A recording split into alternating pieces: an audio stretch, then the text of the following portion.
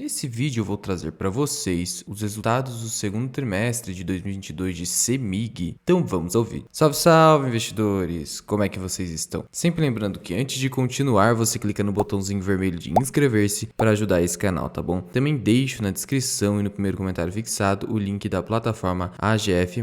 E também deixo na descrição o link para o meu site. Então vamos lá. A CEMIG, que é uma ação que vem entregando uma excelente rentabilidade nos últimos 12 meses, tendo subido ali quase 40% nas ações preferenciais, é uma posição que eu tenho em carteira a um preço médio de R$ 12,15 por conta das bonificações, e a cotação hoje está R$ 12,42. Diante dos dividendos, meu preço médio ajustado é abaixo de R$ 12, então está entregando aqui uma rentabilidade legal. Estou ali com uma posição de 719 ações. Esse número quebrado é por conta da bonificação de 30%. A CEMIG é uma ação que você percebe aqui que por um longo período, se você pegar de 2015 até 2021 mais ou menos, apenas andou de lado, entregando apenas rentabilidade de verdade a partir aqui do ano de 2021, seguindo numa tendência de alta, porque a empresa começou a entregar bons resultados a partir dali. E principalmente ao final de 2021 e para o corrente ano, o que me motivou ali a me posicionar na companhia. Só nos últimos 6 meses a companhia está subindo 27,78%. Por isso não dá para aceitar, por exemplo, a ideia de que preço não importa. Imagina só, quem comprou o CEMIG em 2012, até agora não está tendo ganho nenhum, ou mesmo em 2014. Não olhou para preço em relação ao resultado e simplesmente saiu comprando. Foda-se, é longo prazo mesmo. E aí você fica praticamente 10 anos aí perdendo dinheiro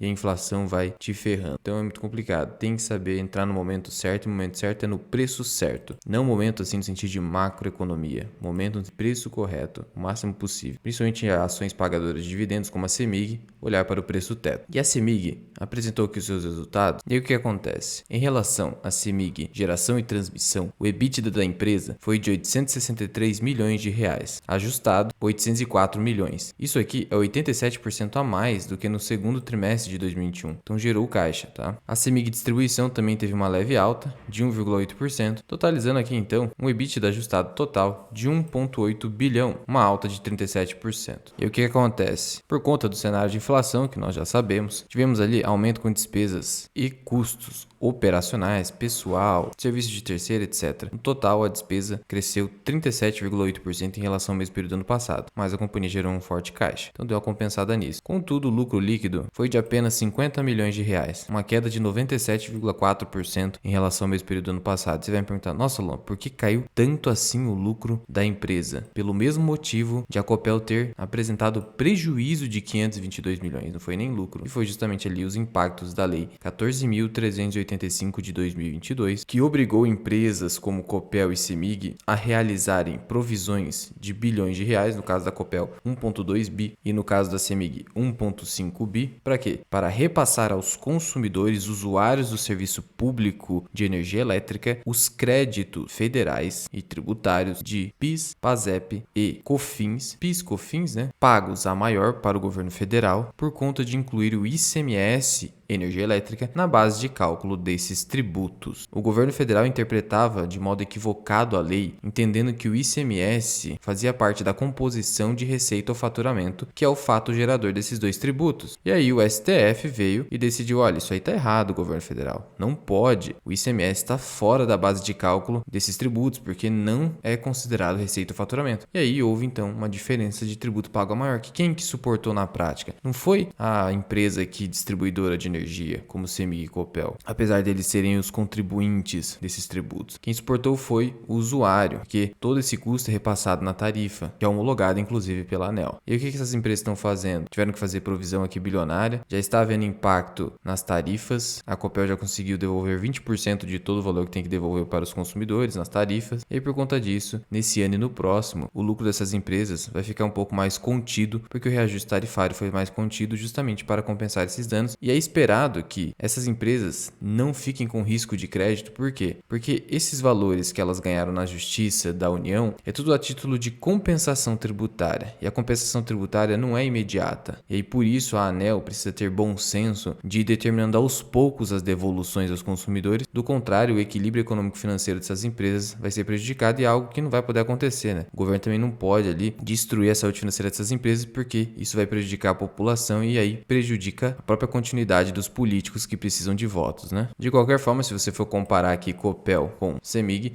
ainda teve um lucro, né? Mesmo com a provisão superior, né? Foi de 1,5 bi, Copel 1,2. De qualquer forma, mesmo com essa queda absurda aí dos lucros por conta dessa provisão, o que nós temos? Que no acumulado do ano até junho, no semestre, o recuo do lucro foi de apenas 36,45%. Então, segue robusto aí os balanços de CEMIG e também de Copel, em especial aqui de CEMIG. As companhias estão gerando caixa, o único problema foi essa provisão. E vale ressaltar, é uma provisão. Pode não vir a se concretizar todo esse valor aqui a título de despesa no futuro. Pode ser menos. E aí o que sobejar, o que restar, volta para os acionistas, volta primeiro para a empresa e depois volta para os acionistas na forma de dividendos ou qualquer outra forma de remuneração eleita pela companhia. E olha só que interessante, aqui dentro do mercado de energia elétrica, entre o ano de 2021 e o ano de 2022, houve um acréscimo do setor industrial, saindo de 38% da receita para 40% da receita. Isso aqui é muito bom, significa o mercado industrial sendo aquecido. A base de clientes da companhia também aumentou 1,9%, tá? Claro que não vai ter um crescimento exponencial de CEMIG, é uma empresa já grande, seu crescimento é mais lento, por isso que compõe uma carteira de dividendo. E aí, como eu disse para vocês, aqui está o efeito médio do reajuste, que foi de apenas 8,8%. Por quê? Porque a empresa precisa devolver para os consumidores, como eu disse para vocês. E aí, por conta da inclusão de 2,81 bilhões de reais, que é a previsão de devolução aos consumidores de PIS, PASEP e COFINS, isso gerou uma variação negativa na tarifa de 15,2%. E aí você vai me perguntar, então a empresa vai ser prejudicada? Não, se a ANEEL respeitar ali os períodos de compensação tributária. Porque por mais que a tarifa tenha reajustado aqui negativamente por conta desse efeito aqui tributário, a companhia realizando compensações, isso significa que o custo com tributos vai reduzir na empresa. Então aí isso promove uma compensação. No final das contas, o que se espera é que quem sofra esse, entre aspas, dano seja o governo federal, porque é ele que cometeu o equívoco. A companhia ali, a fim de evitar perdas de energia, e ela está dentro da meta de 11,25%, aqui foi de 11,23%, já está promovendo modernizações ali, e já foram substituídos 150 mil medidores convencionais por inteligentes até junho, algo que a Copel tem feito também, que é muito importante para distribuidoras. Com relação a investimentos, a companhia segue crescendo nos seus investimentos, 45% a mais do que no mesmo período do ano passado. Só nos primeiros 6 meses aqui de 2022 foi mais de 1 bilhão em investimentos. Claro que a grande parte no setor ou no subsegmento de distribuição, que é o foco da empresa, né, obviamente. Em relação ao endividamento, a companhia concluiu ali a liquidação da sua oitava emissão de debêntures no valor de 1 bilhão de reais. E aí sua dívida líquida aqui,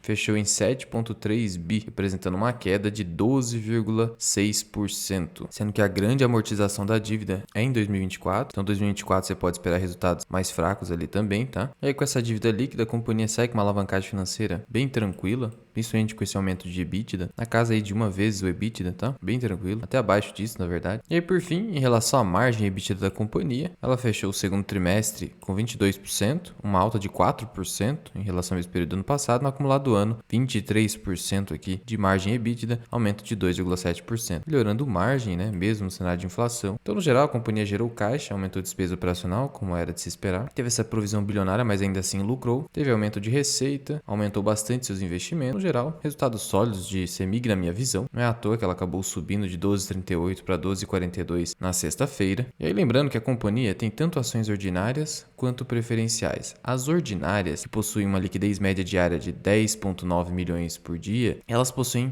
80% de tag along, tá? Só que elas custam R$18,94 com dividend yield de 7,75. Enquanto as preferenciais têm uma liquidez muito maior, a compensação não tem tag along, só que possuem um dividend yield bem superior, de quase 12%, e um valor aqui, uma cotação de 12,42. Por isso optei pela CEMIG 4. Eu sempre dou preferência às ordinárias, exceto se as preferenciais estiverem muito mais baratas, como é o caso aqui de CEMIG. Por isso eu acabei optando pela CEMIG 4, mesmo correndo aqui esse risco do tag along, tá? E aí em relação a indicadores de valuation, o PL da companhia está descontado, mas isso aqui vai ser atualizado. Como foi atualizado aqui o de Copel, que subiu, tá? Por que vai subir? Porque o lucro caiu. Então, isso aqui vai acabar subindo. Então, não vai ficar uma grande pechincha igual tá aqui na tela. Companhia crescendo lucros bastante, porque desde 2021 para 2022 teve um crescimento muito interessante. Ela negocia um pouco acima do valor de patrimônio líquido. Isso aqui, inclusive, está um pouquinho acima da sua média. Por que tá? Porque no passado ela estava indo mal. Como eu mostrei para vocês, a alavancagem financeira segue aí uma vez EBITDA ou abaixo disso. Em relação a dividendo, pagou nesse ano aproximadamente aproximadamente 8%. Tem resultados voláteis no passado, mas é esperado que a partir de 2021 esses resultados comecem a ser crescentes. Mas como eu disse para vocês, vai ter uma grande amortização de dívida em 2024, então vai ter uma contenção. 2023 também talvez tenha uma contenção por conta do reajuste tarifário, mas talvez a companhia fazendo as compensações fiscais com a União consiga compensar isso aí. Vamos acompanhando, né? Ela tá com uma boa posição de caixa, já é uma companhia com um valor de mercado bem maior aqui, tá? Se você comparar com o Copel, de 19 bilhões aqui, então você vê a diferença de tamanho, até por isso que é diferente ali o tamanho do lucro, né? A CEMIG conseguiu, mesmo com uma provisão maior, ter um lucro ainda, enquanto a Copel teve um prejuízo. Mas ainda assim, eu já fiz um vídeo que eu vou deixar aqui no card comparando Copel e CEMIG, dando a minha opinião sobre as duas empresas, mas acabo preferindo Copel, por isso minha maior posição entre elétricas aqui no setor de distribuição é Copel, mas tem o CEMIG também, e como eu falei para vocês, passou a fazer sentido na minha carteira. Sendo que preço teto de CEMIG pela plataforma GF+, é 14,47, teria uma boa margem de segurança para comprar ainda, sendo que o dividend yield ali histórico da companhia é de apenas 3,71, então é meio complicadinho, então você pode esperar mesmo, no máximo aqui, um yield de 6%, mas se você quer um yield de 8%, que é o que CEMIG conseguiu pagar nesse ano, o preço teto ficaria abaixo do preço atual, tá? Então assim, na minha visão, CEMIG até 12,50 é uma boa região de preços ainda para comprar, pensando na boa remuneração, mas por enquanto eu não vou fazer mais nenhuma aquisição, até porque as ações estão subindo muito, então eu estou indo com cautela no momento. Momento de subida é momento de cautela, não para sair comprando que nem louco. Então depois as ações corrigem, você acha que a bolsa de valores é tudo cassino. Não, é porque você não agiu da maneira correta. Muito cuidado com a ganância nesses momentos. E aí no geral hoje minha carteira está assim, o Banco do Brasil subiu muito, está quase representando 50% da carteira pública aqui. Na segunda colocação é Taesa, né, 15%. Na terceira colocação Transmissora Paulista, 9%, porque quase não subiu, né. E aí depois temos Copel. E aqui com quase 3% Alupar. Depois as pequenas posições aqui de 1%, 1% e pouquinho, até menos de 1%.